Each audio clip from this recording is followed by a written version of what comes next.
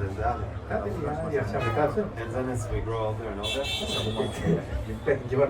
so we change a lot, right?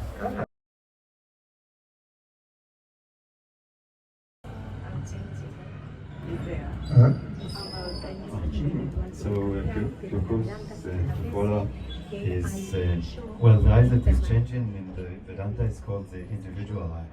But then there is the permanent eye, and that permanent eye is that which goes from life to life. There is some continuum, can I say, that stretches from life to life, and that is not changing. That's always there without changing. So how about that? אני דיוע ג'ורי דקתי, אני נצודי סוסוי דק לבגירה. הנה דילה דק ים שנדה צ'יקרה. אני דקתי די שיבה קבלתי, אני יודס. אני די צער לצער ג'ובי יודס. And until we don't, 1 o'clock is not finished, we will not reach 2 o'clock. And so in short, in order to have today's consciousness, yesterday's consciousness has to cease. Without yesterday's consciousness ceasing, we cannot have today's consciousness.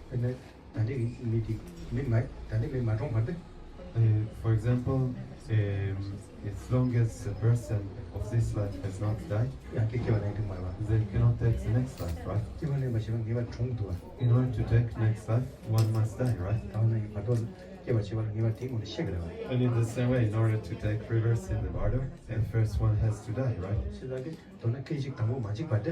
And so in short, until the first moment has not ceased, until the first moment of consciousness has not ceased, until the first moment of consciousness has not ceased, the second moment of consciousness cannot be produced.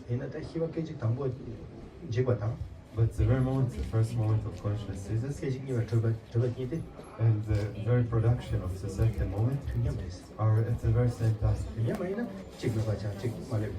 If they were not simultaneous, we would have some gap between the cessation of the first and the production of the other. And then we will not be able to posit the mental continuum. And that's why the very destruction of the first moment is the very moment in which the second moment is produced. So the first moment has to become the second moment, like in the nature of the second moment. The consciousness of yesterday does not exist today. And the consciousness of today is not yesterday's. But yesterday's consciousness is the cause that gives rise to today's consciousness.